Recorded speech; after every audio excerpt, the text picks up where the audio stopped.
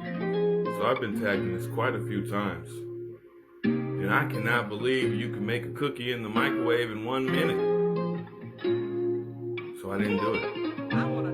But today I got time because I got my brown sugar, my flour, my milk chocolate chips, and my butter. Melted that thing down, threw some brown sugar in there. I don't measure. A little bit of flour, I don't measure. Came out like this, peanut buttery. And then I threw them chips in that bad boy. I threw it in the microwave 1 whole minute. And I got this. Man, I suck at making cookies. But the texture's nice. I bit into that bad boy and it was yummy. It was rather yummy. 1 minute cookies. I think I'll be doing this. Oh, respectfully. I gotta learn how to make some damn cookies.